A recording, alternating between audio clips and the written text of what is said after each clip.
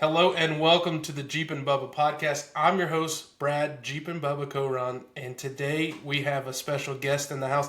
As promised with the new podcast format, we're going to have guests on the show every other podcast, and then you're going to have yours truly just talking. So today we have Justin with Detailers Products. I've actually been on his podcast, I think, twice now, so it's only right that my first guest be Justin. So hello, Justin. Welcome.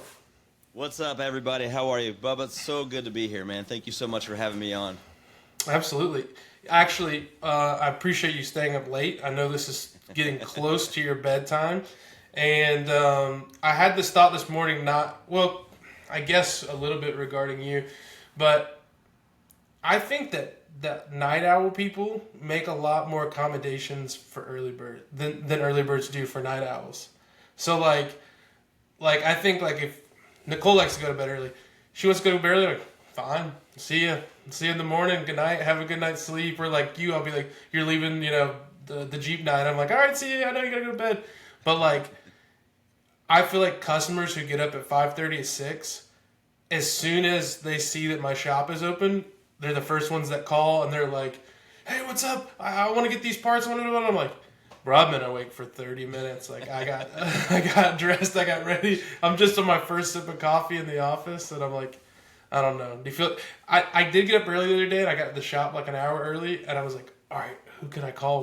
What time do things? I felt like ahead of everybody. I guess that's the advantage of it. But dude, yeah, like waking up at 4:30 and I usually get to my shop at like 6:15 or so, but just that nice hour and a half alone and just chilling and then like doing whatever admin work I have to do. It's the work before work, but it's just, nice to have that peace and text a few people, catch up on some reels and stuff like that, and just kind of mentally prep for the day. Yeah, that is where I'm headed currently. So beginning of February, I forget what the first day of February in the shop is, the 3rd. So the first day is the 3rd, it's a Monday. We're going to start opening at 9. We currently open at 9:30, and we close at 7:30. And my guys usually leave at 5:30, 6. So I get that hour and a half to do these podcasts or different things, and then I go home. But the problem is my kids go to bed at 8, so I need to be there just to be like, good night, see ya. And sometimes I run late here, and then I don't see them. So I was like, let's start a little earlier. We're going to do 9 to 6, so I can get out of here, hopefully. If I gotta do a podcast, it's fine. But then I can get home, see them, and then I'm trying to add back going to work out in the morning. So that was another reason for my 9:30 open, was like, I can get to the gym at 8:30 and be here at 9:30. But yeah, so I'm gonna have to start getting up slightly earlier. I'm proud of you. I feel like you're like me, where you have to talk about it for a little bit before you can just jump into action. I have to write it down. It's gotta make sense. But yeah, I'm the same way ever since the holidays and stuff. I get the double chin going on. I'm like, I got to get back to working out, especially because I don't detail personally as much as I used to. Mm-hmm. So now it's like, all right, what kind of shifts do I need to make? Do I get to the gym by 5 and still get to work on time? But yeah, it's important, and it's really tough to balance all that, man. It is, yeah. Yeah, it's a struggle. I have to do hard dates. Like, I have to be like, we're starting this on this date. Yeah. There's no like, I'll ease in. I have to goals written down and then pretend it's your job to do that daily routine. Well, it is your job. You know what I mean? Sure. Yeah, no one's paying me, but yeah. But I do think when I go to a Jeep event in the summer in a tank top that I should be in my prime. I was at Jeep Beach this year. I was like, I'm doing good. I feel great in this tank. Otherwise, I got to wear a t-shirt. It doesn't look good, but yeah.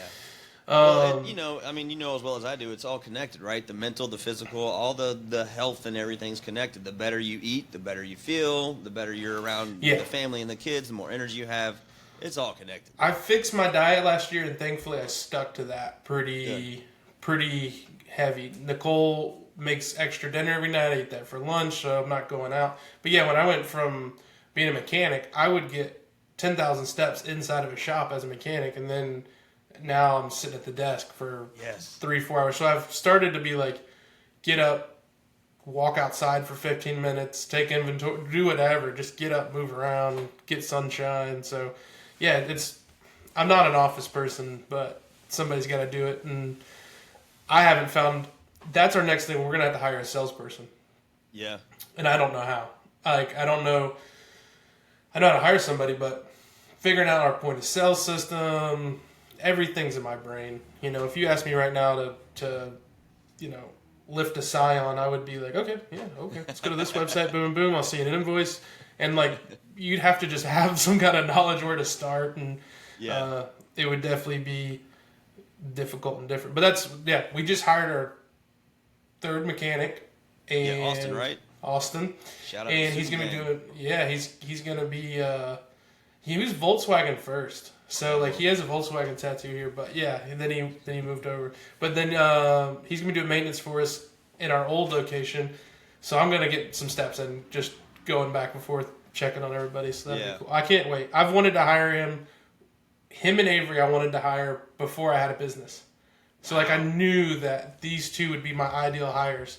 So don't feel bad Evan, my other mechanic, but like I knew I wanted these two guys, and it's like they're both here, so it's kind of like, yes, that's what I want. Yeah, that's really cool, and it seems like, I mean, from the post that I've seen, it kind of like you're tapping into the Japanese stuff a little bit more now because of that. Oh yeah, well we've always wanted to do overland, and we've never wanted to be brand specific. It's just that I am Jeepin Bubba, and I'm a Jeep guy, and so my community's mostly Jeep, but like Avery worked at Toyota, and Austin owns a Toyota, and like he's mostly been in European vehicles his whole life, and like, so yeah, I mean, we'd love to have more, but it's like, you know how clicks are, like, there's a certain, and actually tie in what I was going to ask you, but like there's like a certain stereotype or group, and they all kind of, overland people hang out with each other, and like, you know, Jeep people are different, and I have a hard time getting Jeep people to come to overland events. It takes a certain type of person. So I was going to ask you, like, because you see a lot of different vehicles. Yeah. Do you notice that there's a certain type of person per vehicle? Not always, but like maybe, like you get a certain customer per the vehicle. Yeah, absolutely, man. You got your Tesla owner. Shout out to Wooly.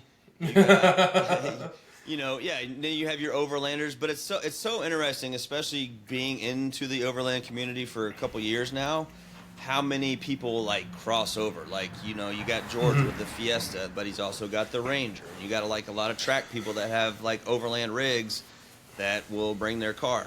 But yeah, like Austin, like I met him, super down to earth guy, and I'm like, man, whose Forester is that out there? And of course it was his, and I'm like, that makes so much sense. Like, there's just certain characteristics, you know what I mean? And it's like, your typical, nobody hate me for this, but like your BMW people, it's like, they have that certain persona about them, and oftentimes they don't use their blinkers. Yeah, exactly. You know what I mean? So, yeah, there's definitely certain cliques and stigmas with certain car groups. I mean, it's with anything, right? With any kind of industry that you're in.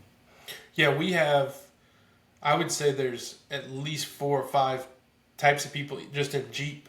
Like, there's the older people, and they started with the old Jeeps, and then when they come in, it's an hour-long story before we figure out that they just wanted, 4 tires, but we've got to learn the history of the Jeep first, and then there's people like quick and a hurt. You get like, there's all sorts, the duck people, rock crawlers, overland, we get everybody. I did want to say, before we jump much further, how would you describe what you do for a living, or like your business? Like, for those who are like, I don't know who this guy is that Bubba brought on here, before I jump too far. It's nuts. It's, we're 15 years in. So I started out with Eco Auto Clean, which is an eco-friendly mobile detailing. We use waterless products, and anybody that wants to go with me, we can talk about that all day long on another episode or whatever it may be. But yeah, we do like waterless detailing mainly in the city of Atlanta, inside the perimeter. Started off mobile, kind of built it. We have 2 teams. We're pretty much busy 5 days a week. That's like our foundation. And then I wanted to get into the product game, so that's when I started detailersproducts.com, to where we could start providing products for detailers and just DIY people and things like that. 2021, we signed on with Shine Supply, and so we're exclusive to Shine Supply in Atlanta. Great company, and that's what we do. So, you see me in the DP van where I'm going around to all these different events and distributing products, having conversation. Can we provide services or products to you, or both? And it's just, it's just like you, right? It's like, it's a lifestyle. It's not like you just go home and you don't think about Jeeps anymore. You know what I mean? It's the same thing with us. Like, constantly talking to people about detail stuff, and I absolutely love it. Yeah, I was gonna ask you that. Like, I get no matter where I go, someone's gonna talk Jeeps to me, and sometimes I'm like, I enjoy it. I always like talking about Jeeps, but sometimes it's like, yeah, can I get an order of Buffalo Wing? And someone's just like in my ear, like, yeah, Dana 4460. What? Or like, is there ever like, are you like, hey, we can just have a personal conversation, like, Yeah. man to man, or like, is it like, oh, hey, that's the guy. What soap would you use to clean painted wheels? You know, like, hi, I'm Justin. Yeah, it's tough, and again, you are who you surround yourself with, which happens to be detailers and car people, right? I'm not hanging out with like people that work at Publix, but yeah, it's kind of tough, like having to be on. You know what I mean? Yeah. Rebecca and I were getting sushi the other night, and I saw a guy who I saw at Bridge Moto, and he's come to my shop and gotten his car cleaned a couple times. And he like looks at me, we make eye contact, and he comes over. He's like, "Oh, did you bring the van?" I was like, "Nah, man, just trying to get some sushi." Yeah. And then 5 minutes later, Michael Hill comes walking in, so we all ended up having dinner together. It was crazy. Yeah. And of course we talked detailing at dinner. But yeah, it's a tough balance trying to be on and who we are, quote unquote online per se. It's kind of like Wooly. You can't go talk to Wooly and him be in a bad mood and like, you know what I mean? I'm sure he has the same kind of challenges. But yeah, it's definitely interesting, and it's hard to, cut it off, especially when that's what you're known for, Yeah, absolutely. When you were talking about EcoClean, did you just like start that, or did you side hustle into that? Like for instance, like with Black Bear, like I was a website first, and I had I had to quit my off-road job and do landscaping, and then I was just like, there's no way for me to just jump in. Or did you just was it just you like hustling, cleaning cars? It's kind of funny. There's a lot of overlapping and things like that, and some people know and some people don't. But the reason why I have such an amazing voice on this microphone is because I used to be a DJ in a gentleman's club, so that's what I did in my prior life. Hopefully that doesn't deter anybody from listening. But I did that, and then I started Eco Auto Clean. A friend of mine kind of introduced me to the product, and we were going to kind of go in together. He ended up getting a management job at a restaurant, which I actually had gotten him the job like 10 years prior to that. So he went into the management, so he did that. I was like, well, screw it. I'm going to do this on my own. And then so I was going to side hustle. And then some changes happened at the club to where I was no longer employed there. Lost my house, lost everything. And I was like, well, we're just going to keep on going. So just kind of slowly built up the brand and just kept going. And one of the things I've always said to anybody starting a business is like, you need your clients to eat. They don't need you. So just following up, checking in, seeing how people are doing. Oh, yeah, I'm doing great. By the way, can you come wash my car? So started off pretty simple, and it's just kind of grown into what it's grown into. Interesting. And then how long did it take to get like employees? Like, was that pretty early on, or was it? I mean, it's kind of like you start with like, maybe like the family friend. That's kind of how we started. Maybe a year or two into it, I started off with Lifetime Fitness, was one of my accounts up in Sugarloaf, and the one in Alpharetta. So I would family friend, just kind of college kid trying to make some money. So started like that, and then ended up getting a contract with a rental car company. So we went from like just kind of pedaling along to like, okay, now we got to go to Hartsfield Jackson every day and clean cars. And then that grew to going out to Phoenix, Arizona, setting up an account out there, and then setting up, we went to Seattle as well. So like trying to figure all this out. And the friend that actually went to management in the restaurant industry ended up quitting and then coming and helping me build that. And that was like a whole side thing that just, train wreck at the end of the day. But it was a very good learning experience when you're managing people all across the United States. It was crazy. Like it just, from cleaning cars to doing that, and you're managing fleets of, 5,000 to 10,000 cars, it's pretty nutty. It was an interesting experience. It taught me about, invoicing and financing and trying to make sure you got payroll and a lot of those stressors that we all have. And then, that went away, and then we came back, and then we ended up getting a contract with a couple dealerships in Atlanta. Shout out to Wooly again, if you can connect those dots. And then we were on like a net 30, and it ended up going to like a net 90, and it was just a train wreck, and it's the big guy taking advantage of the little guy. I had to hire an attorney. Crazy. Sure. So I was like, you know what? We're just going to go back to detailing. I'm going to go clean a car. I'm going to get paid for it. I'm going to clean a car. I'm going to get paid for it. And so ever since I kind of focused, everything's just kind of doubled almost every year in a sense. Yeah, my dad, so the landscape business I took over was my dad's, and he ran it from 1990 until like 7 years ago. And he in the beginning was just him with a push mower, right? And he was just cutting yards. And then he grew it to like they had 5, 6 trucks. He had multiple guys, and equipment was breaking every day, and customers were calling and complaining. And he had a buddy that was like a vice president of a company, and he's like, "How much money are you making a year?" And it was a big number. And he looked at it, and he's like, "If you made that 2 guys in 1 truck, you would double how much money you make in a year." And from that moment on, that was it. Like, he never went any other way. Like, and it's funny sometimes when you get smaller, it like works. I'm not saying you're small, but like when you simplify things, it's like it's hard when you can't put your personal touch. Somebody's in Arizona, Seattle, or whatever.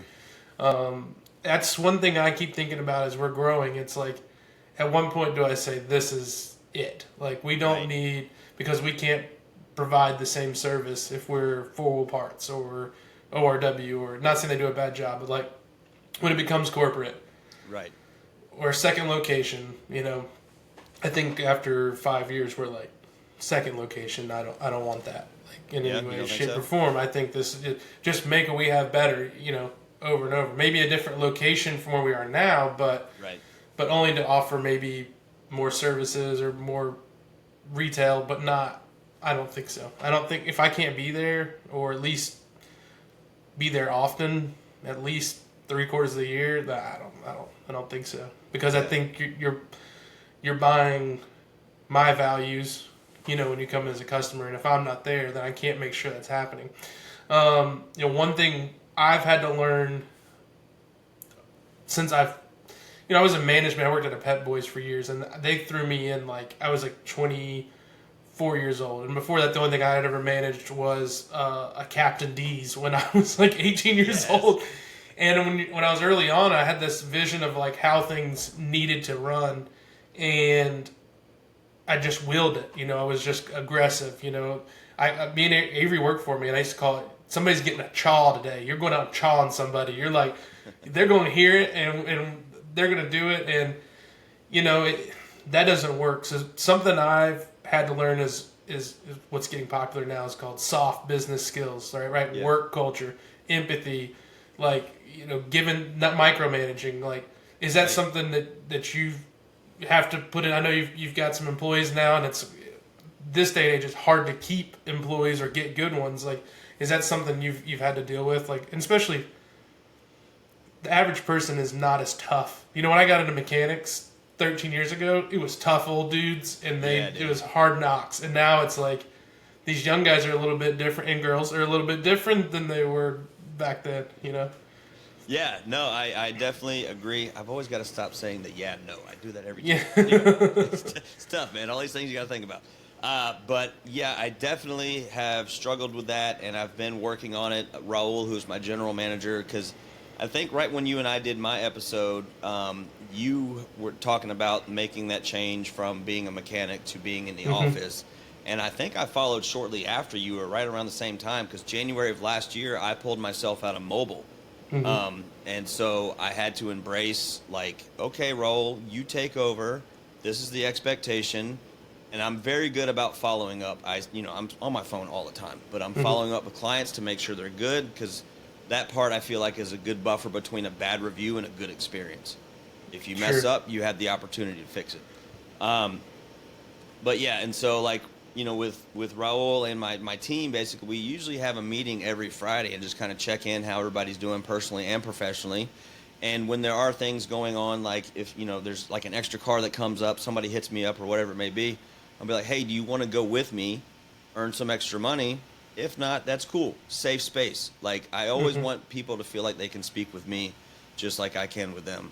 So yeah, it's been an adjustment, and just trying to build that team and that culture is something we're working really hard on.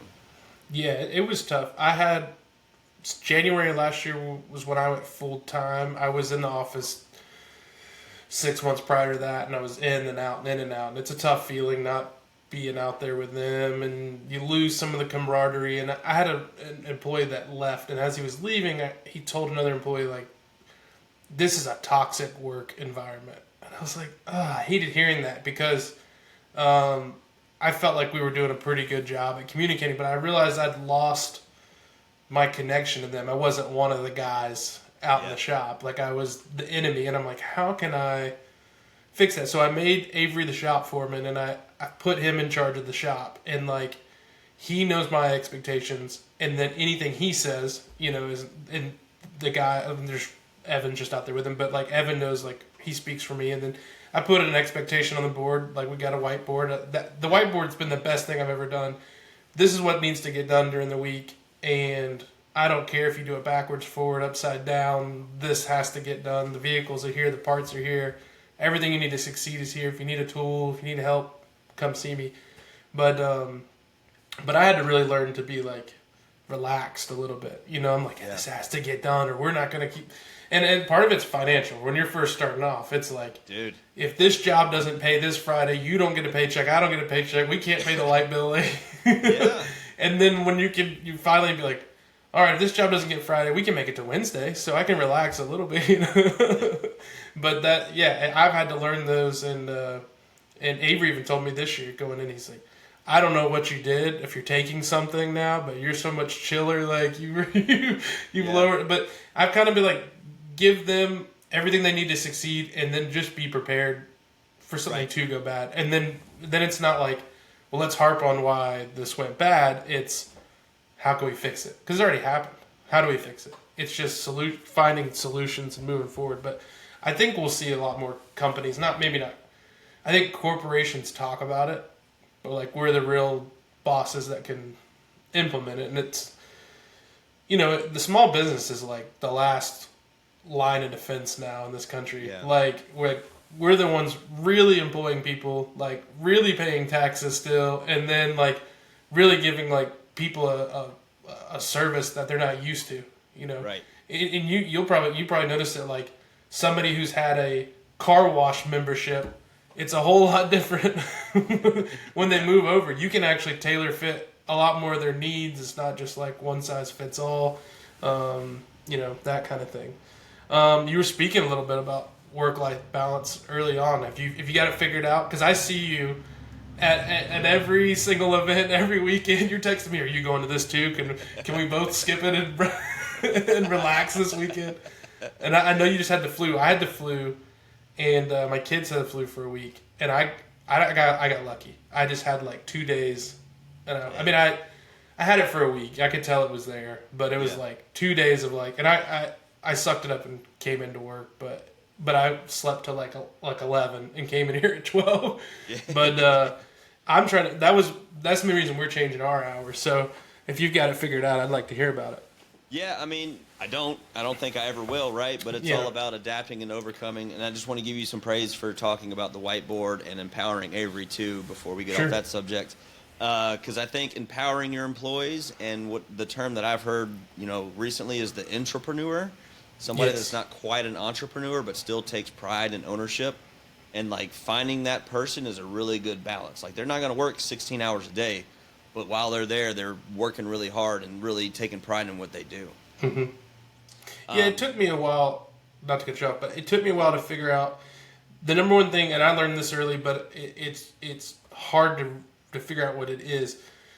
You've got to figure out a way to motivate somebody. So like, when I worked for Pep Boys, I could not financially motivate my guys because I wasn't in charge of what they got paid. So all I could do was like either whip them into working, or be soft and be nice, and we're gonna have a pizza party on Friday. But I had very limited things, and like, I try to figure out with my employees, and I'll ask them, and sometimes what the response is, I don't even think half the time that's it. Like, I've actually figured out like certain people are financially motivated, but then like me personally, when I've worked for other companies, I like to go on the business trips. I like to be a part of the big meetings. I like to be involved in the company because I'm an entrepreneur. Like, I like the business side of the things, and like, Avery could care less. Like, like he's more on the financial side, but he likes being a part of cool builds, right? That inspires the shop. Like, we're building something for SEMA. We're building that. Like, he likes to be a part of that. And he doesn't even care about necessarily the social media side of it, just his own like this is my career. I did this, and I think that's cool. But I'm figuring out Evan. Like, what does he like? I think he right now is like a puppy you got from the pound. The last shop has scarred him so bad that like we're the nice family that's like, come on in, let's give you a bath, let's get you. So far I think we blow his expectations away. But at some point we'll get to like, all right, you've been here a couple of years. What is it that like motivates you? And then, but I like to pay attention to it. That's the hard part. Yeah, no, absolutely. It's hard, but it's also very important. And to not just expect everything to be done just because you tell everybody it needs to be. Like, there's the human factor, which a lot of us, I think, lose our way on that because, again, like you said, we're stressed from finances and everything else. And it's like, all right, let's take a break. And to kind of segue back into the flu, I was down from New Year's Day until about the 19th or 20th of January. Like, I didn't go in the office at all. Wow. But, like, the team still stuck it out. And, like, there was some terrible weather, as you know. Yeah. So it's like, hey, this guys, is not it's detailing 20 weather. degrees. Can you go and clean the car in this garage if you don't mind? It's probably at least 35. And, like, they did it, and they handled it, and it was absolutely amazing. And it's a good just visual of, like, what the summertime can be and, like, when things really start cranking out. Like, as long as we have everything and everybody in the place that they need to be to succeed, it'll all just continue to compound and just gain and get better. Yeah. And we were talking about work life. I think the hardest thing, and maybe you feel this way, is like I enjoy what I do so much that I just want to do it all the time. And then I have to remember like there's other responsibilities outside of it. It's still hard. And when we first opened, I'll still relate it to this. Like the business was a baby. And so when a baby's born, like both parents are like hovering and then are they getting enough? And I finally made it into like toddler. Like it's finally speaking back to me and telling me what it needs and what we got to do. And it's getting a little bit easier. That's where I'm at with my kids, And then maybe when the business becomes a teenager, I can step away a little bit more. Doesn't need as much, of it. Like Is it Boots? Is that right? Or I got it wrong? Tuna. I knew it was something like that. Me and Nicole were talking the other night. If you name your animal a human name, not good. Like if that cat's name was Tim, I would be. I found him in a storm drain 16 years ago. Wow. And I put a can of tuna fish out, and yeah. history. Well, that's it. But anyway, sorry. Focus. Yeah. So like. Father's fate. Yeah. So I figured out infancy, toddler, blah blah. So like in the early days, I had to spend a lot more time with the business, and now I'm like finally breathing my head up after 5 years. Blackberry's just like 7, but 5 years of having the shop. Yeah. And I'm like, okay, I can finally step back and like reorganize, readjust the business, and now I can kind of maybe have some work-life balance. And last year I was going through like what you're talking about with being down for that amount of time. That was constant for me. Like I was sick so often last year.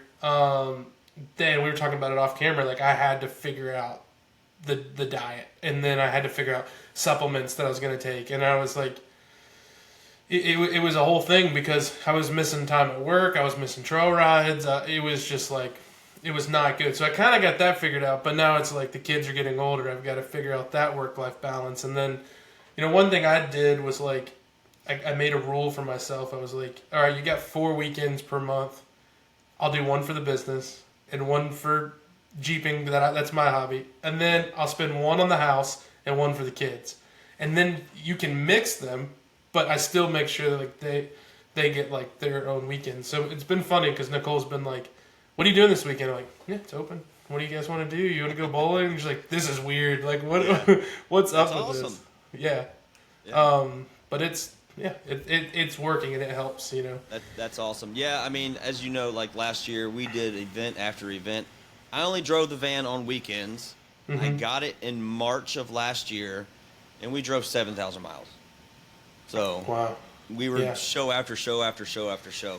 So this year I've kind of like got my little spreadsheet and like what shows were successful for us, which ones will we do again. Mm-hmm. And so I'm trying to narrow it down.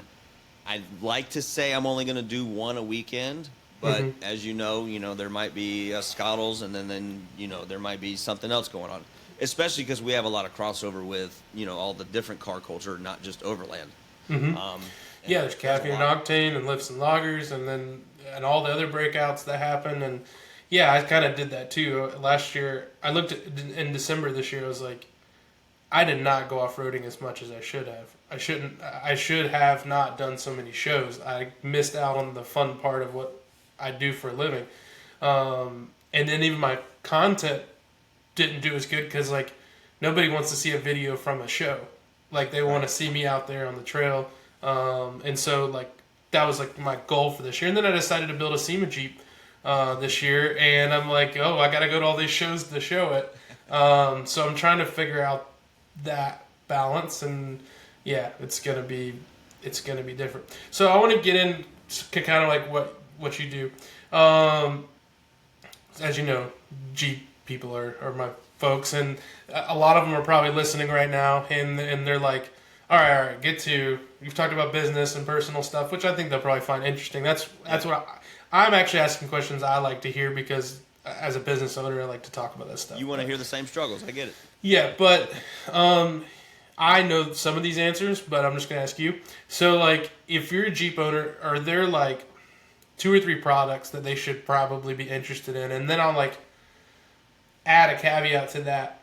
I get asked more about the ceramic coating that you guys did on my Jeep. Like, you guys clay barred it, washed it, you went, like, way up. But, like yesterday on the trail, it was completely filthy. And everyone saw that. And they're like, but I've seen your Jeep at Jeep night. And I'm like, yeah, because it wasn't really like that. You guys basically brought the paint back. And, like, what is that? So maybe get into, like, the basics. What are a couple things they should probably need and use, and but then, like, maybe touch on the ceramic side too, because it's probably my number one question I get asked now. And there's a little bit to that too. So I've learned, like, all right, well, we've done ceramic. Now there's certain soaps that I should use, and different, like, don't use wax, and you've educated me on that. And so yeah, I figured that out. But yeah, let them know. Yeah, absolutely, man. Glad, like, this is, yeah, like, I'm excited. But yeah, I mean, as you know, we are a Shine Supply dealer, and this is the brand that we use personally, professionally, and just all around, and it works really, really well. A couple really good products that they make is, one is Hot Shot and Whole Shot. Hot Shot's just a great soap. It's not going to strip your sealants or your waxes or anything like that. And then there's also Whole Shot, which is an off-road all-purpose cleaner. So, for instance, you come back from wheeling, just like when you brought your Jeep to the shop for the first time, and it was a little dirty. Yeah. I sprayed it with Whole Shot, which you can put into a foam cannon, and what Whole Shot does is it kind of breaks down the dirt. You just let it sit for a little bit, and then you just wash it off. You don't wash the car. You just rinse it off. And then you come back with Hot Shot, which is the actual soap, and wash it, and then, get it dry and everything like that. Then there's also Classy Chassis, works really, really well. It's a silicone-based undercarriage dressing. So what you do is you want to clean, like, your undercarriage, prep it with, like, solution, which is a really good multi-purpose cleaner.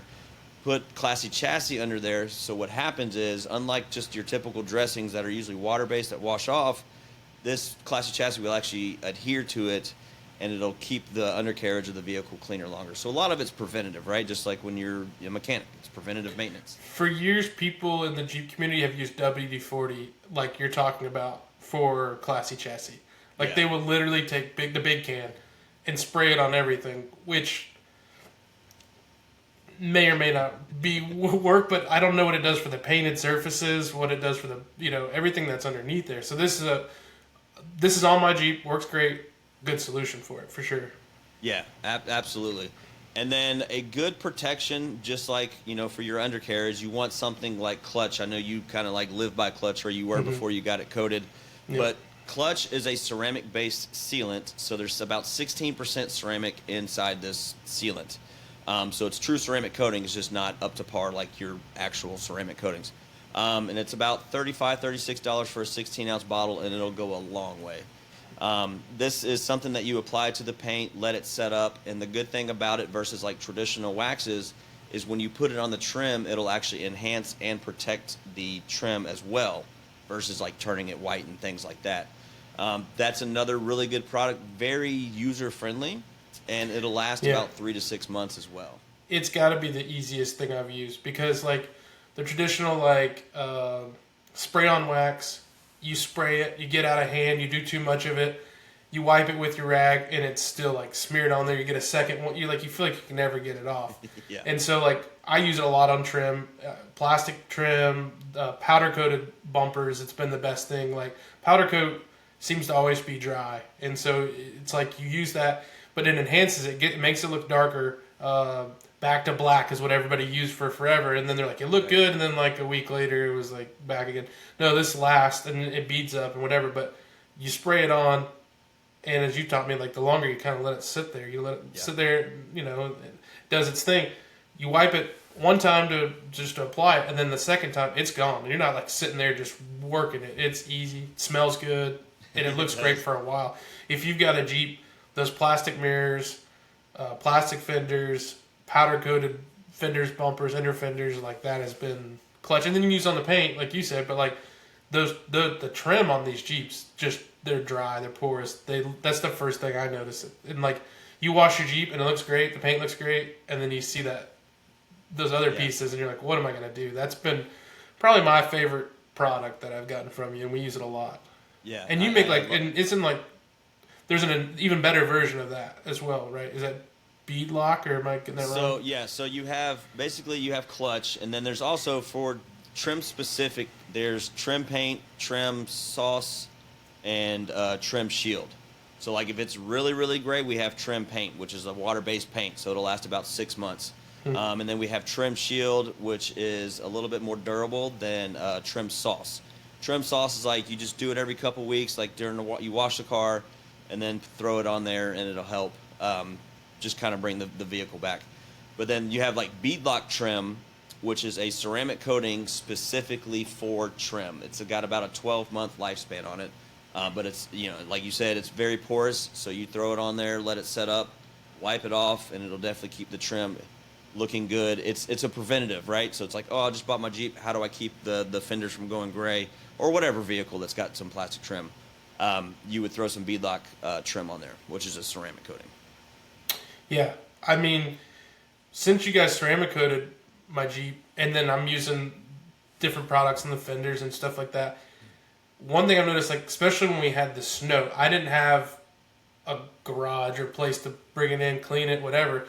So I just pressure washed it with water, and it literally, like, it wasn't 100%, but like if I'd have done that prior, it would have it wouldn't have made an effect. So now I can kind of like, if I'm going to go ride back-to-back days, I still get the hose out or my pressure washer and just hit it with water and get that stuff off there. And it looks, it's beaten up, it looks great. And then when I get the time, and when you're talking about the different, this will last a couple weeks. Or for Jeepers, if you're wheeling every other weekend, we're washing every other weekend too. So like when you're thinking about like a 12-month or whatever, it's like, it doesn't take much longer for me to get that spray bottle out there and hit it and touch it up or whatever. But it's made like a massive difference when I can just spray it down with water. And it actually motivates me to do it because, or at least to spray it down, because before it was like, I'll go to work for 3 or 4 days. It's kind of my badge of honor to have that crusty mud on the side. Avery does that with his now. He's like, show him I've been out off-roading or whatever. But I'm like, it's super easy for me to get the hose out, spray it off, and people are like, oh, you washed your Jeep? I'm like, not all the way. I just sprayed it, and it looks this good. And then last night in the dark, because I only wash cars in the dark, I actually broke out the soap and cleaned it and didn't treat it with anything. I just actually scrubbed it and even got up on the roof and all that stuff. So I got to clean the wheels. The tires look good, but this morning I saw some dry dirt. But since we moved into this shop, I have a place to park my own vehicle, and then Nicole got her own car, so I always have something parked here. So I drove, since the weather's been bad, I've been driving the Jeep 2 weeks straight, and I was like, all right, you get a week off, I'm going to drive the truck. I want you to be clean when I park you, so when I get you out, you'll be clean. Right. And so what you guys did, I know you guys offer that as a service as well. So like, if somebody wanted a ceramic coating, what does that entail? I don't know if you have like, maybe not necessarily, you guys clay-barred mine and did all sorts of magic, and there was, I think there was 25 people working on it at one time. It was like 5 or 6. We did it was like a lot of 12-hour job in like 3.5 hours. It was amazing. But like, what would be like a basic, something like that cost if somebody wants to hit you up? Maybe not the full extent, but like, say they're like moderately going off road or even just regular, just driving on the road, maybe not. But they're like, hey, Justin, I'd like to get a wash and then get that treatment put on there, and then maybe some of the benefits they would see. I think I've talked about it a little bit, but Yeah, no, absolutely. So ceramic is it's glass, right? So it's 10 times harder than clear coat or somewhere around there. And so it starts off as a liquid form, and when you apply it, it actually turns to glass. I need to send you a picture or a video of the applicator that we use. It's a fabric applicator, microfiber, and as soon as the water hits it, it just goes off. It's like hypnotic. Like, it's best video to kind of show you the benefits of ceramic. sure. But yeah, so what we do is when you get a ceramic coating, whatever your paint looks like is what it's going to look like when we're done ceramic coating it. So you want to do what's called a paint enhancement or correction, depending on, the severity of the paint with the spider webs and things like that. So that's the most time consuming part. Typically that's like a 6 to 8 hour process. So a paint enhancement / correction on a coupe starts at about 1,200. Sedan 14, and then trucks, SUVs, crossovers is typically about 18. And again, it all depends on the customer's expectations and the severity of the paint. Yeah, mine came in probably as the worst option. It was pinstripes from the trees and all that stuff, and you guys got a lot of it taken out. Like, to this day, I'm like still surprised. But it's like another. I have people ask me to go off road. They're like, so I can put this on and like I can go down a tree and it's not going to scratch my Jeep. And it's like, well, don't think of it necessarily like that. You're not bulletproof at this point. Right. But I have noticed, like, the dust just sitting right on top. We're doing a lot of dusty trails and it's not sticking to the paint. It's sitting up on top. The mud comes off a lot easier, a lot faster. And it wasn't necessarily designed to be an off-road thing, but there are some definite benefits to it. Oh, 100%. Yeah, I mean, you're literally creating a sacrificial layer between the paint or on top of the paint. So it's kind of like sunscreen or something like that. Now, as far as like preventing scratches and stuff like that, there's going to be plenty of detailers that'll tell you that you can throw it off a cliff and it's going to be fine. But in actuality, if you want that kind of protection, that's when you're starting to get into PPF, which is paint protection film. And that's like a whole nother price point. It's a whole nother severity of labor and things like that. Something we'll probably get into eventually, but as far as right now, it's just nothing we really offer. But yeah, ceramic coating is definitely, I mean, if you think about it, you should wax your vehicle probably every season is kind of what a lot of people say, just for, easy sake. But ceramic coating, you have some that last 3 to 5 years. Shine Supply just came out with Beadlock Black, which is a 7-year ceramic coating. So instead of doing this every couple months with wax or, some kind of spray sealant, you're doing it once for 7 years. And the average person, I think, owns their car like 5 or 6 years by now. So It definitely carries you a lot further for the price point. And then you just need to maintain it about once a year as far as just throwing like ceramic. We use Relock, which is a 12-month ceramic by Shine Supply. So anytime somebody comes in for a maintenance on their ceramic coating, we basically apply another layer just to keep it fresh and ready to go. Yeah, and I'll say, and I'm not saying this because you're on here, before I spoke to you I saw you at Scottle's, like, before I was using it, and I'm like, snake oil. It's just atoms. It's just the same. But anytime I would go, like, to buy something at the store, it's kind of like fishing lures. Whatever was shiny and caught my eye, I was buying that bottle. And then I would, like, make a mental note, like, I didn't like this, whatever it was, or whatever. And so I'd tried the atoms, and I tried the all that stuff, the chemical guys, whatever. I will say, like, every product I've bought from you, I've been like, this is like next level. Like, you're getting the quality that you're paying for. And I was like a mid-tier. Like, I wasn't down here at Turtle. I was up, trying to get the gold bottle or whatever it was. But, like, it still always seemed like the same thing. What's makes Shine Supply, the products that you guys are exclusive to, what makes it so much different than, like, just something I can grab off the shelf? So the big thing about Shine Supply, and Jeremy Stevens, who founded Shine Supply in about 2008, he started detailing in 1996 and was very heavily involved with McGuire's, and because his dad, I believe, he was part of something with the church, and he was detailing buses. He actually told it. He was on our podcast, Let's Grow.work, and told his story, which is super awesome. it was one of those things where he was overcoming addiction. He's like, you give me one more chance, I'll make it right. And he's been clean ever since. And it's a really inspiring story. But anyway, so that's part of it, right? But there's also the fact that, like, he started his brand. He uses the product in-house for a year or two before releasing it. And what I like to say about it, it's very intentionally made. There's not 15 things that do the same thing that smell different or just have a different color. Everything's all very intentional. You got, your Shift soap for ceramic coated. You got your Hot Shot for majority of it. Then there's Shine soap, which has a little bit of protection in it as well. So it's just really good quality stuff that the business has been built organically, which is really cool. And there's another guy named Aaron Knox who has a show on History Channel called Old Dirty Cars. He has a detail shop in Marietta, Georgia called Red's Detail.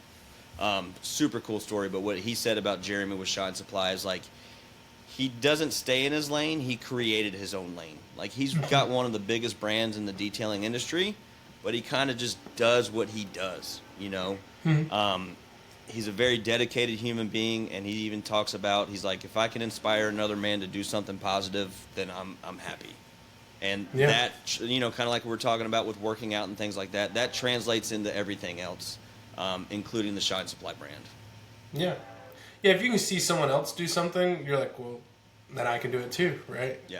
I like that he didn't, he made his own lane. You can hear my train in the background, potentially. Yeah, awesome. We're downtown. Buford, Georgia, baby. Yeah. We're named Buford because of the guy that owned the train. We were like, hey, if you'll run the train through town, we'll name it after you. And he was French. His name was like Buford or something. And they're like, yeah, Buford. That sounds good. Buford Callaway, yeah, baby. We'll take it. No, I like to think I did something similar with mine because there's like, I got the nice.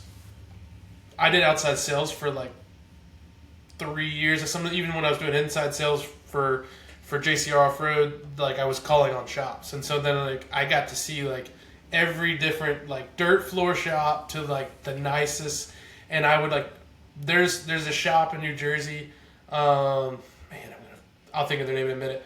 But, like, OK Four-Wheel Drive is what it's called. I remember when I walked in there, I was like, yes. Like, they have everything I want retail-wise. And then the staff was nice. Everything about it was cool. It was like the experience of walking into, like, a Toys R Us as a kid or, like, whatever. Like, it was everything. It wasn't just, like, I don't know. And I'm, like, in my mind, I'm, like, I'd like to go there and just go to New Jersey, not tell them I'm coming, not ask for anything, just walk around again as a customer, make mental notes again. Like this is epic. So when I started my business, I was, like, not trying to necessarily follow a cookie cutter. And there was a lot of things that I saw that I was like, ugh. You go into certain places and it was like, I don't know if it's like this with detail, I'm sure it is, but, like, some shops think it's a good idea to be snobby. Like, right. They think, like, to be uptight means that you're getting more, like going into a fancy restaurant, you got to put the napkin down or whatever. They think, like, I don't know I'm sure it is. I don't know if you've had that experience with different shops, but it's like kind of like maybe they're friendly, but it's like, oh, you don't do this, like, oh, you don't use if you don't run this product, we're not working with you, or, that kind of thing. And there's a difference between, like, educating someone, and that's what I don't know anything about detailing, so, like, I've literally all right, Justin. I've seen what you can do, so, like, what do I need to be doing on this? And but I think that's pretty interesting, like, making your own lane. But so they're small business. I think, what do you say, they're out of California or something? Yeah, they're in Ventura, California. It started off with, they've got the really cool story about, coming home after detailing, doing mobile detailing, and then his delivery would be dropped off, and then he put it on the little wagon and then take it to the back of his house and put everything there. He actually shared on his Instagram not too long ago. He's got, like, a canvas in his his warehouse that shows, like, 10 years ago it was, like, a couple of bottles of product in, like, his garage and his cabinet, and and then he zooms out to his, like, 20,000 square foot warehouse type deal, and just shows what the consistency and putting in the work. And that's the thing: work hard, stay passionate, right? And that's the continue showing up, 1% better, all those statements. I never got, like, when I was in the shop getting last time for the ceramic coating. Like, I didn't realize that there was so many companies like they're using the same products. Like there are different brands that are just the rebrand. I get that there's like private label of something, and then I forget which of the guys it was. They was talking about like he looks at the chemical compounds, and then Michael was just like, yeah, well, this company has this and this is that, and I'm like, oh, this is science. So I would be terrible in your game because I can't bake. I can only like cook things off of like, oh, this would taste good with this, and I'm a pretty good cook. But when I gotta follow a recipe, I don't know how he can do that. But that's like, there's even more in it just than like the hustle. Like the dude has to like figure out, he either is a mad scientist or he had to like figure out what exactly works for his customers, and they've definitely got it figured out. It's the best stuff I've ever used, and I would have a hard time with someone getting me off of it, you know. Yeah. Unless I was proven different, you know, for sure. Yeah, absolutely. I mean, go ahead. Well, I didn't mean to cut you off. So, like, you were talking a little bit about your podcast. If somebody wanted to go, you know, follow you on social or listen to that podcast, where can they find you at? So they can just go to letsgrow.work, because that was kind of my thing. I didn't want to do .com. I'm like, we got to grow, so you got to put it in the work to grow. So, you know, I don't think everybody pays attention to that. Kind of like my little slogan is success is in the details. Sure. You know. Yeah, so, like but yeah, letsgrow.work, and then Instagram is just letsgrow.work. Facebook, same thing.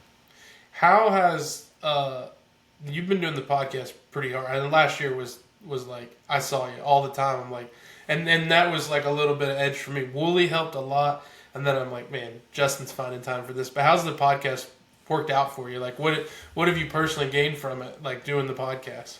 Man, it's so cool because it all kind of started, and it kind of got the idea from me. Was because of all the people I talked to from mobile detailing. You got CEO, you got so many different people. And then finally I was at a client's house who actually has a podcast as well. And I was like, you know, what do I need to do? He's like, just freaking do it. Just, you know, I was like, you know what? And actually I was at Shine Supply, and we were over there, and it's like one of those places. Like, I know you're in church and things like that where you just get moved and you have tears and emotions, and that's how it is at Shine Supply. If you don't leave crying, something's not right. So we were broken off into groups, and we're talking about goals and things like that. And I was like, you know, this was October of 23, and I was like, you know what? I'm going to speak it into existence. I'm going to go home and I'm going to start the podcast. And like that weekend, I made an episode. I was terrified. Yeah. It was scary, but I was like, I just got to do it. You know what I mean? But going back to your question, you know, about starting it and things, it's been really cool experience. I've had many detailers on there. I've had you. I've kind of like done the whole S3 magazine, like Mount Rushmore. Yeah, Saddlebrook. Yeah, exactly, man. He was one of the first. Yeah. I had the backpack kid on there, who's the kid that created the floss dance. Yeah. You know what I mean? Like, because he lives in Georgia, and I connected with him on social. Sure. And so everybody has a story. A lot of us have the same challenges in life, and you think that they don't. Kind of like when you were talking about your mental health on an episode one time. You know, everybody looks at you as the big burly man that's like just stoic and everything else, right? But you're human. You know, it's just like me. I have my days too where I'm like, I just got to push through. And like when you do, you realize, you know, you're going to be okay. You just got to work through it. Don't suppress it, but just work through it. And having these conversations with people like that has really helped me too. Yeah. The one thing I've learned when going through mental health was not necessarily, in the beginning it was talking about it because that's what was on the top of my mind. But then I realized just talking was the best thing. And some days I find that like I've talked to a customer too long. Like they've stood here and I'm like, oh, I just wanted to talk. This had nothing to do with we've worked the business portion of this out. I'm just enjoying this. This is like, you know, and I didn't. You know, when you're younger and you're like parents have left the dinner like 10 times. You're like, why are we still here? Like, why are y'all still? What can you possibly be talking about? But it's like a form of therapy just to have conversations back and forth with people, and that. There was two things for me kind of revamping this. One, I wanted to have conversations with, like, I tell William, like, I should have a mic running at all times when he calls me.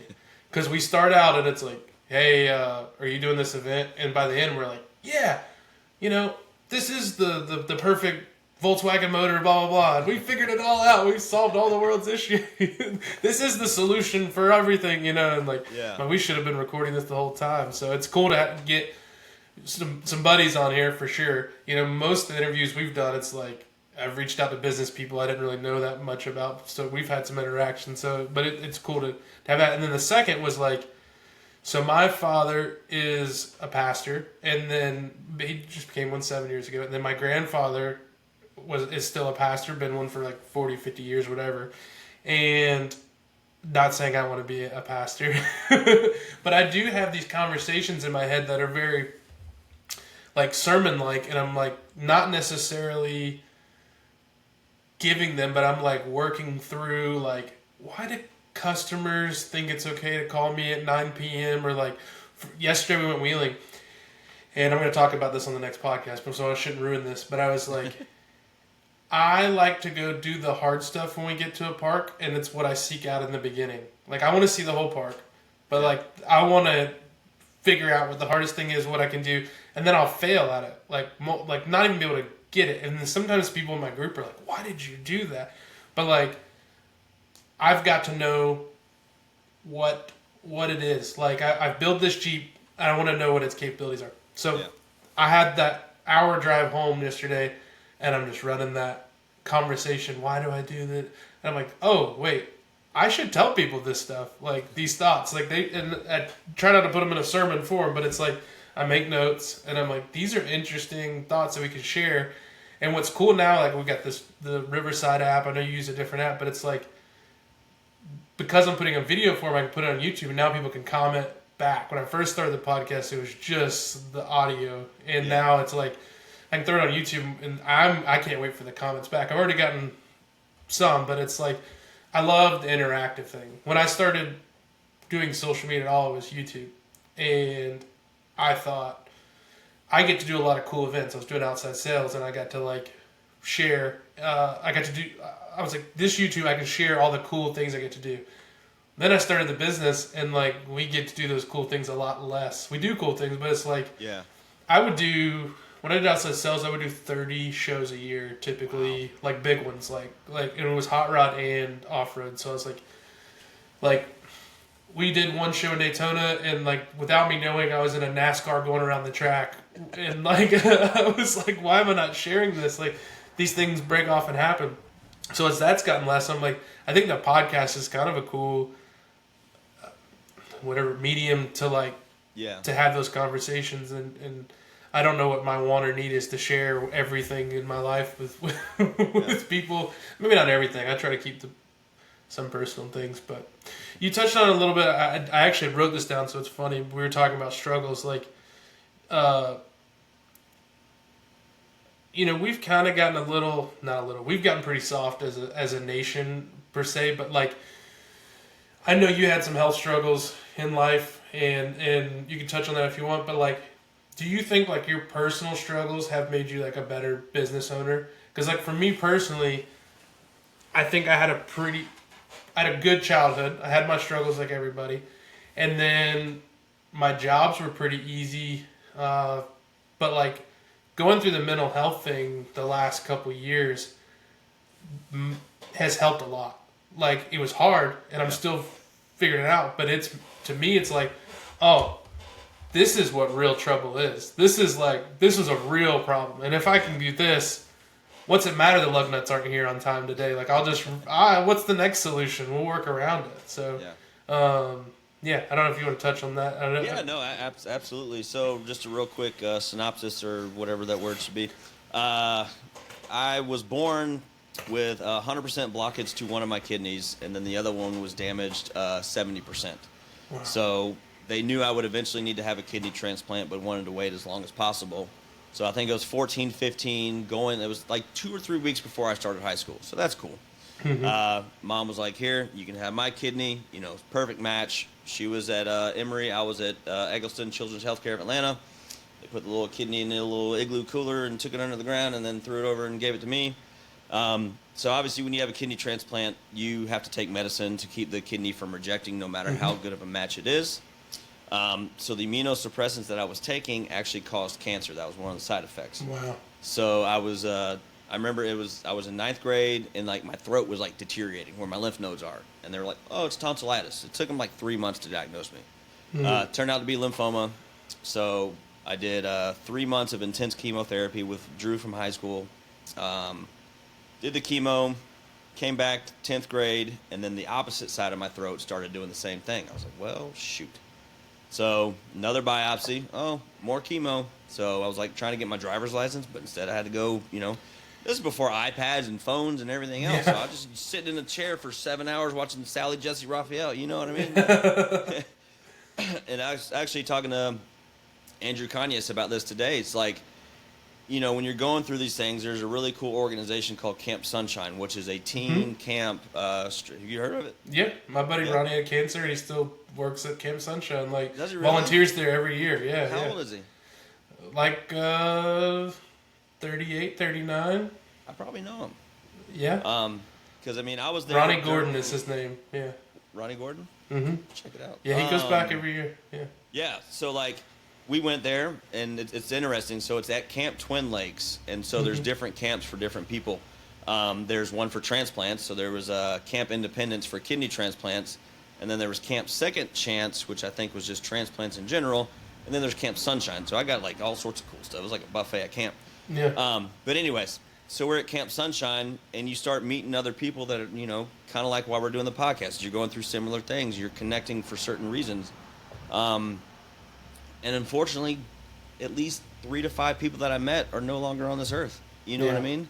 That sucks so much. Yeah. How can I wake up in a bad mood? How can I be pissed off at whatever? So I feel like that's helped me really just push through things. And, Rebecca's talked about this with me. And quite often I feel like if it's not hard, I'm not doing something right. You know what I mean? Because everything's been, to me, not hard. It's just been a daily life, whatever it is. It's like if it's going smooth, something's wrong. Oh, yeah, I know that feeling, yeah. Yeah. So, but I believe it's definitely given me the ability to push through things. Another part of my story is my dad was an alcoholic. He passed away from alcoholism when I was 13. So I've never had an ounce of alcohol. But I know that addiction highly runs through me. So a lot of that I put out into work, and I just hyper-focus on whatever I feel like is a good addiction, if that makes sense. You got to replace a bad one with a good one, basically. So that's another thing that just kind of, keeps me going. No, I appreciate you talking about that. It's really hit me the last 2 years, and I think sometimes too it's like, when I was in school, I was always in trouble. Like I was like nothing crazy, but it was just the class clown. So it was like if I went 30 days of school, my parents were like, "What's going on? What are you hiding?" And as I've gotten as an adult, like especially with this business, I keep looking like it's been too good for too long. Especially since I got married, and like it's like a snowball. It's rolling. So I'm always looking for that. But it's like you kind of see if people don't have anything bad going on in their lives, they'll create it. And yes. And mental health is, I think, one of those things. It's like oh, there's no big problems. Oh, we'll just internally, subconsciously create them for you. And it's like, oh, and then you realize what the real issue was. You were ignoring this or ignoring that, and like you weren't facing these things head on. And yeah, it's weird. I'll share this. I wasn't even thinking about talking about this, but my wife Nicole has cystic fibrosis, and so she going to a Camp Whack and Hack because I don't know if you know what cystic fibrosis, but it like affects your lungs, and you've got way too much mucus, and it can affect everything. You could end up getting diabetes, which she recently got, and for many years they didn't have any treatment, so most people would get lung transplants. She has not had to have that. A couple 5 years ago, they came out with a really good medicine that like doesn't treat it, but it stops the majority of the side effects. Okay. So like for the last 5 years, it's kind of been really, really good. She used to have to do nightly treatments, all these things, but like when we started dating, it was obvious that like she was so much more mature than anybody I'd ever dated, and I was like, oh, we're probably going to get married pretty young, because she had gone through multiple surgeries. She'd go to the doctor every 4 months. She had to be there by herself. She had to be an adult before, she was meant to be. And then she had a friend through Jeeps, and she had this group called Wheeling with CF, and she'd had 3 double lung transplants. Then last year she finally passed away, one rejected, and so same thing. It's like you see what her family's gone through, what she went through, and she was always super positive, always putting stuff out. And it's like, yeah, how can I be sitting here moping or be in my feelings? And I'll say the number one thing, if you're going through depression or anxiety, is to get out and do something. Because most days the hardest thing is get out of the bed.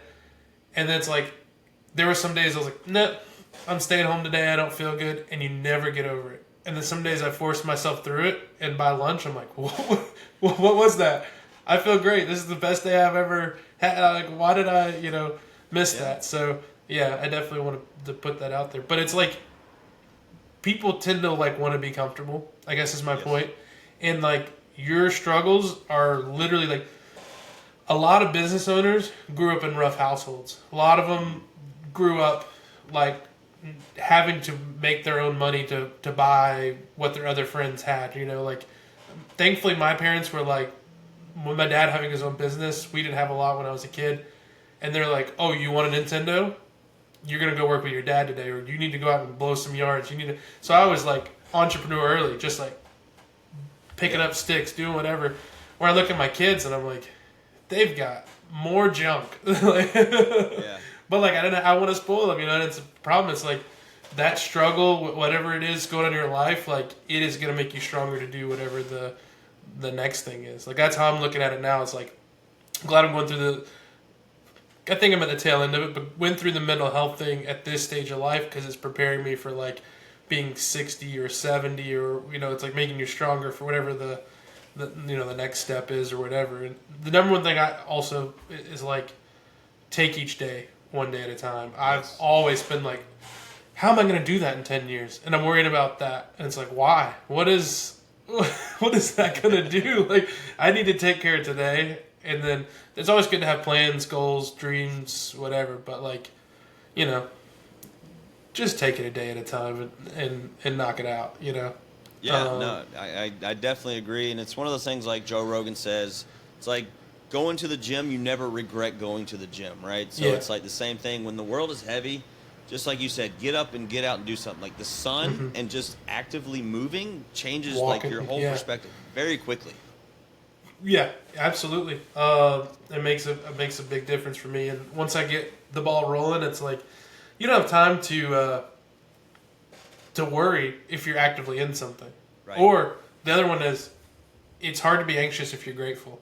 If you're actively being grateful, you think about all the things you're grateful for, it's funny how the anxiety melts. You take perspective and change it and flip it up. So that's one thing I've had to work on hugely, is appreciating and not lingering though with it. I don't like to be all the stuff I've done, all the things we've accomplished, I don't know, not that. But my favorite is to grab my phone and look at pictures, and I'll go back. Oh, we went on that trip to that place. I forgot about that. That was. Oh man, we've got to do a lot of cool things. Yeah. It's hard to, and I don't like to look in the past because it's slows you down. But looking too far in the future is not great either. Right. Yeah, you want to definitely appreciate what you've accomplished. And again, going back to Shine Supply, there's a little worksheet that we had, and one of the things was celebrate your small wins. Because you can, oftentimes I feel I've been stagnant for so long. Then I'm I started off with 4 products in a cardboard box. I still have a picture of it. You know what I mean? We have a whole retail store. We have 2 Scions that are our mobile units. I got the DP van. Toyota's been good to me. Life is good. You know what I mean? And I have really loyal employees that are doing really well. A lot of the stuff that used to happen with other employees and things that I've learned is nobody's really late anymore. Nobody calls out over some dumb stuff. And it's the whole slow to hire, quick to fire kind of thing, right? You want to choose a little bit better and realize what you'll put up with and what you won't. But yeah, celebrating your small wins, I think, is a huge, huge thing to help keep you motivated. Lists are a huge one for me too. It's I can remember a lot of stuff, but when I make a list and then when you cross that, that thing out on the list. That's your little like dopamine hit. Your little like boom, yeah, did it. Boom, did it. 100%. Boom, did it. Yeah, that was a game changer because I don't like anything that reminds me of schoolwork. I hated school. I feel bad that people have to go to school. Like I know people enjoy it, but like they burned up way too many years of my childhood that I should have been working on Jeeps. Like I should have been 12 years old building a CJ7. Like I should have been me. I think if I was going to get into politics, it'd be to get vocational schools back in high schools. And like I just found out Jackson County has like a high school where you can still work on cars, and you like you can go to. And I know I always forget the name. There's one in Gwinnett too, but like I was so pumped for my son because if he turns out anything like me, not saying he has to work on cars, but like if he turns out anything like me, sitting in a class and learning about chlorophyll and atoms and like, and my daughter will probably be like, yes, this is great. Teach me more of this stuff. But like if he's like me, it's gonna be rough to if somebody would have. I went to Gwinnett Tech after 2 years of screwing around in college, and if I'd have gone right out of high school. It would have been if there had been something like that in high school. I mean, would have been. What are we munching on, Justin? Oh, a little freaking cough drop, bro. Living on these things, man. They're great. They're great. Gosh, when they hit the nose, it's just like. Yeah, I changed the flavor though, and I'm really regretful. But they're too expensive to give up, so I just like the regular lemon ones. But when I get talking about addiction, man, when you get on those things, I'm like a bag a day, and I had to find out that was not healthy. Like you're supposed to have like 2 or 3 hours. No, I was 8 an hour, like at least. I was killing those things. Oh my god! Yeah, I was going into convenience stores and buying Halls. I was like, well, a couple of months. I think maybe November. I was hooked on those things. They're great. Yeah. It was rough, man. It was rough, dude. I mean, I even got some hydrocodone, dude. I was like, yeah. I got the rest of it. No. It was a rough journey. Not how I wanted to plan my new year, for sure. Oh, I started planning 2025 like in December, and when January 1st hit, I was like, I can't even put this stuff into action yet. We have too much hangover from last year. So like my January 1st is February 3rd. Like we've had to, because we're going to change our hours. I try to get my guys raises without them asking. So I've been like figuring it out. I do weird bonus structures that aren't hard to reach, but like they're obtainable. They make sense to their job. And like, my dad used to do this thing, and I think it's smart. He'd go, you can give them a raise and you can do bonuses, but like it goes a lot longer when you hand them an extra 20 on their check they weren't expecting. Like, and he'd be like, and then you can base that off each week, like how they actually did or whatever. And I'm like, I did that for a while, and then the guys appreciated it, and I'm like, well, how can I turn that into like, if you can get this done and this, and like put that carrot, and then they reach a certain level, and that. So now we're having to restructure. It's like that bottom bonus is not that hard, but I don't want to take it away. So like give them that as a raise, and then get them to the next thing. And that's awesome. Yeah. And that's the thing is like investing in people, right? Like don't try to like, because so many entrepreneurs and people that are really starting out look at as employees as expenses. And not an investment. And like, I feel like once you flip that switch, because they're human, they have families, they got stuff to pay for, they got to put gas in their car. Like the hardest for me was like, most weeks my employees will make more money than me on paper on the check. Like there are things the businesses cover for me, but it was like when Avery made a bigger check than me consistently, it was hard to be like, no, but I'm the boss. Like I need to, but it's like. No, but he's that valuable. Like, he's that important to the business. And, like, 100%. You have the equity in the business, and you've got different things you get to go do that he doesn't get to go do. You get different opportunities. You get to, there's a lot of things. And it's hard to because it's the biggest expense. Payroll blows everything out of the water. It doesn't even get close to rent or upkeep or any of that stuff. Yeah. Like, payroll is a beast, but... I told my dad one time when I pay him payroll, and he was like, what in the world? What are y'all doing? But that's what it takes to hire people these days, It does. We definitely do. We made a huge investment in them. It's expensive, and again, but you got to do it. But it also forces you as a business owner to make sure you're pricing your services correctly which a lot of, I mean, for like detailing specifically, it's such a low entry job, career, whatever you want to call it, that you're often just winging it, and you're a detailer and you're not a business owner, and all those things. So taking that and really honing in on the numbers and working more on spreadsheets than cars is like really important. And so we started with a new app called Urable, urable.com, and it's a detail specific app. So I was a huge Square advocate for a while, and then I switched to Urable. I'm like, wow, this is amazing. Family owned, that kind of thing, been around for a couple years. But yeah, just really honing in on your numbers, and again, trying to make sure you can balance it all without getting ahead of yourself, but still taking care of your team. Yeah, I'm sure with detailing, it's like the pressure washing business, the landscape business. There's always a new crew of brand new equipment that showed up that didn't exist last year, and they're going to be the cheaper ones. And then my dad would say, that guy with all that brand new stuff, it'll be for sale in the fall. Like, he ain't gonna make it through the winter. It takes investing in your customers, being there for your employees. It takes more than just like having the shiniest stuff or whatever. But like, yeah, we've had to figure that out. When I started, I was like, how can I be $5 cheaper than my competitors? And then at a certain point, I realized, well, we're now offering more service, more bang. We got to raise, and we've slowly raised, and we're gonna just raise again in February. And then even then, I can look and find people that do what we do more expensive. The one thing I've tried to do is like not put the extras on there. Like the tiny little extra fees. It's like this is the price, and it is. Thankfully, we have flat rate in our industry, so there's like everything's already figured out. This is across the industry. This is what it gets charged to do a brake job. But then when we get in the off-road stuff, it's like, I don't know.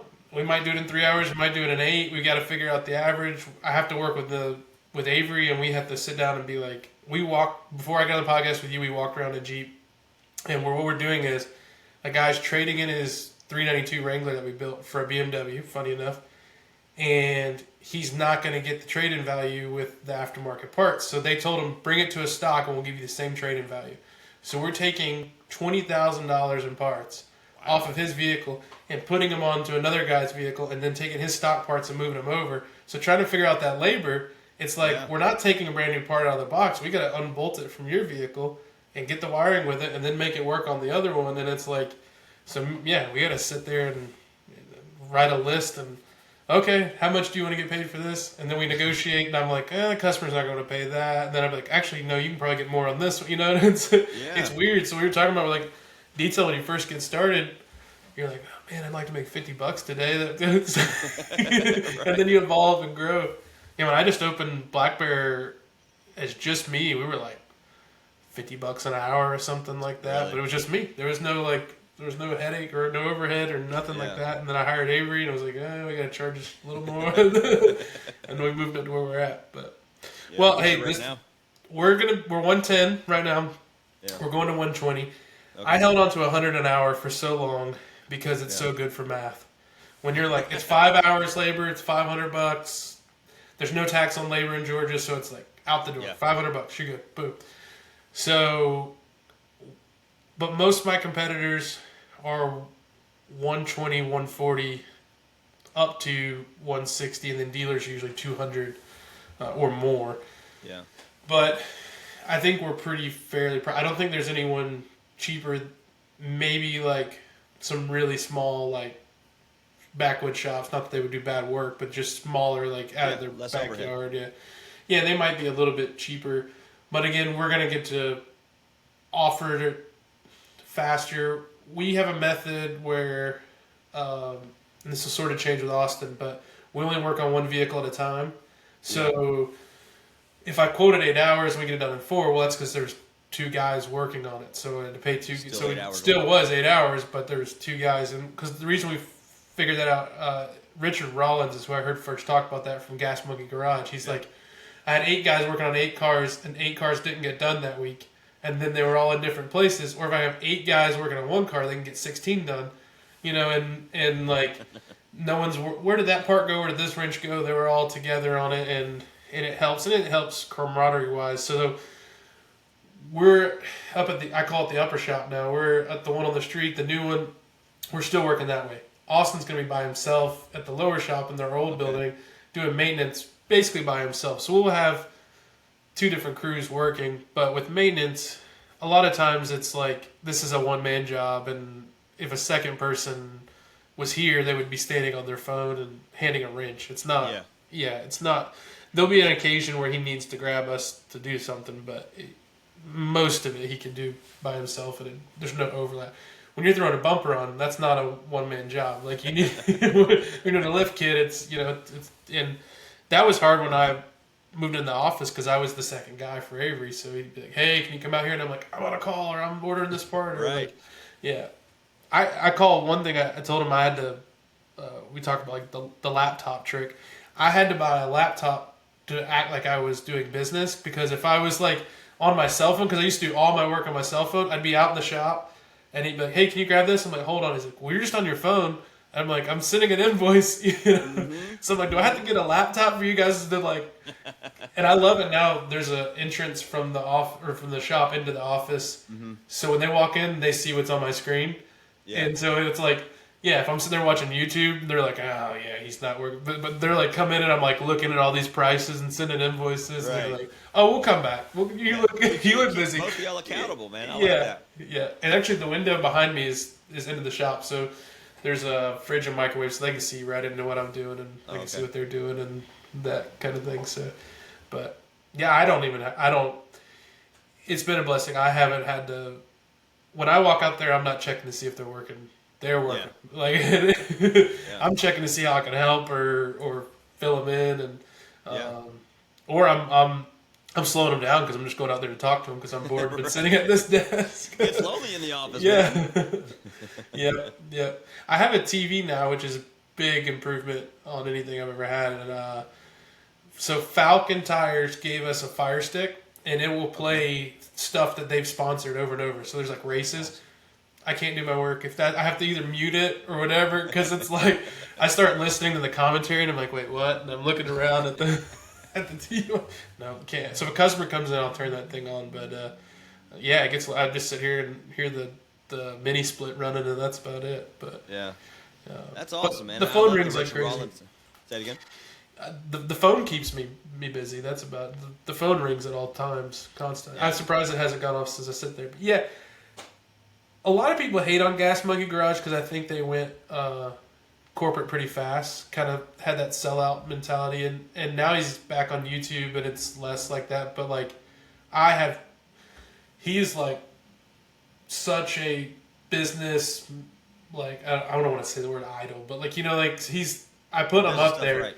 Because he actually was like, he was a cop and a fireman, and then he was like, he owned a print shop, and then he sold that, and then convinced like Discovery to take him on, and then like, and basically willed all of that to happen, and became the biggest shop. Everybody in the industry knows who Gas Monkey Garage is, whether they think it's cool or like. Industry. No, you know who Richard Rollins is or Gas Monkey. So like when I was here, and he was like, "Oh, that makes sense. Let's have them like all in one." It'd be kind of hard with a mobile car business, but. Yeah. Well, I mean, we operate on a 3-man team, and it helps. And again, kind of like, I don't have to check if they're on their phone. I mean, obviously, I'm not there on the field, but pretty much every maintenance client that we do, which is typically what Eco Auto Clean's built on, it's 20 to 30 minute drive time, 20 to 30 minute clean time with a 3-person team.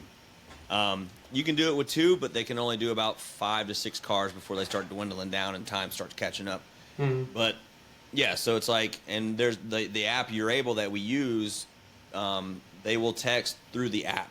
So then I can look and see the conversation, not to like micromanage, but just to see, and then it's all color coded. So when they start on a job, it's like yellow. So I can just look and it's like in progress. And then when they're done, they hit done and it automatically sends the customer a text saying, "Hey, we're done." And then while they're working on that job, they're like, "Hey, customer before this, or customer after this," they'll text them and say that we're on the customer prior. We'll be to you in a little bit. And so just the communication and everything. So it's like the Domino's pizza tracker. Yeah, exactly. When I see that, awesome, it's in the oven. It's in the oven. We're getting excited. So, it's on the way. Okay. Yeah. I mean, team gets to the shop at 6:30, get to the first job at 7, usually done between 2:30 and 4, just depending on traffic and whatever it may be. But yeah, I mean, it's all about efficiency. And I tell like the new hires, I'm like, I'm 90% sure you will not do anything by yourself. Yeah. The best thing about being in a team is there's things that you don't like to do that the other person does. Like, there's probably some guy that hates washing wheels and some guy that loves cleaning the wheel and some guy, and it's like, that's what Avery's figured out with Evan. He's like, he likes wiring and I hate, and he's like, I'll have him do all that and I'll do this. And, yeah, I've always heard it's great to hire for what you hate to do the most. Yes. And I like wrenching, but my least favorite was trying to do business while I was working on a car. To this day, like, if I've got to go out and weld something because I'm the only welder here, when that phone rings, I'm already pissed off before I answer the phone.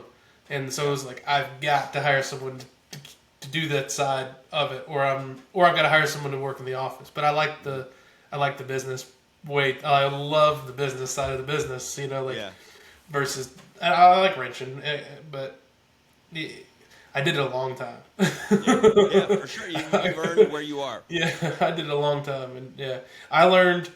I compared paychecks with the guys in the office one day, and then versus our master tech in the shop one day, and I was like, the guys in the air conditioning make more money, and so I've figured out. I was like, these sales dudes just talk. They don't even know how to work on these cars, but like they're making more money than the master tech that's been out there for 27 years or whatever. But at the same time, that you couldn't pay that master tech to speak to somebody. That's the last thing he wanted to do, and and that's what I appreciate about it. Like entrepreneurs, like Avery could go start his own shop. He does not want to deal with the people. So like I get to do this, and he gets to do that, and then we get to be, a business. It's awesome how that works out. So yeah, dude. Sometimes you find the right folks, but well, hey, I appreciate you having on. We've been on here an hour and a half or so. Dude, so it was awesome, man. Yeah. I was like so nervous. I'm like, I don't know how to do a podcast on the opposite. It was weird, dude. Yeah, you're on the other side. I had to get out of my own way. Yeah, you want to ask me some questions? We can go another half hour. Dude, hey, I'm good. I'm stoked. It was good. So yeah, make sure you check out Justin Detailers Products. You have a lot of Instagram handles and accounts, so they can go check out the DP van, Shine Supply Atlanta, all that good stuff. If you're in the Atlanta area and you go to a Overland event, you'll probably see this guy out there and have a bunch of really good smelling shiny products that work really well. So check them out. And then if you need a detail, I get asked a lot. Then I'm going to wrap it up. But I get asked a lot about engine cleaning, and for the most part, I just tell people, don't do it. Take it to a professional, because they're going to take the garden hose and the engine decleaner.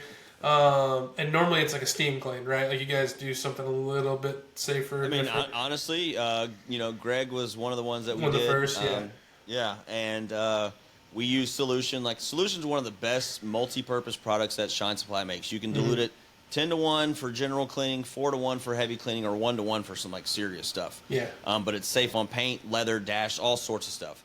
It's a little spicy on the hands. You gotta. A little bit. Yeah, I don't like wearing gloves and. But typically we'll do either a 10-to-1 or a 4-to-1 ratio. Spray a little bit on the engine bay, hit it with just a quick detail brush, and then just kind of go over it with the hose. You don't have to saturate it. Yeah, I know the alternator's right there. Yeah. Don't freaking shoot the alternator with the hose. Yeah. Cover your intake. Don't spray your computer. Yeah. Yeah, exactly. And then we'll actually typically throw some decked out on there, which is Shine Supply's tire dressing. And then that just kind of tops it off, let the car run for a little bit, and it'll just kind of level out naturally, and it's beautiful. Some people in the Jeep world love their tire shine. They go crazy with it. But what I like about decked out is you taught me, I can dilute it because I want that matte finish, but I want it to last, and then I want to protect against the mud and stuff sticking to it. So that's cool. And you usually, a lot of your products, you get a mixing bottle, or you get a little spray thing, or any 16-ounce bottle that you buy that dilutes from Shine Supply or Shine Supply Atlanta will come with a bottle that's got the measurements on it and everything. Makes it super easy. It's great. And you guys have a website. I don't think we mentioned that, but you can buy all this stuff. If you're listening to this in California or whatever, you guys will ship it right to them. Yeah. So sometimes I even do that, and I'll leave nice notes or whatever, or funny things on there or whatever. So, Justin, I appreciate it. It's been great. We'll get this thing up, and folks listen to it on Spotify, but also they'll see us on YouTube. So they get to see Tuna and your pretty face. Yeah, man. So. All right, this has been the Jeepin Bubba Podcast. Thanks for listening. You'll hear from us again in about 2 weeks. Thanks, see you. Bye. Bubba, thank you so much, man. It's been an absolute pleasure. I'm super proud of you, man. Thank you, sir. See you. See you, bud.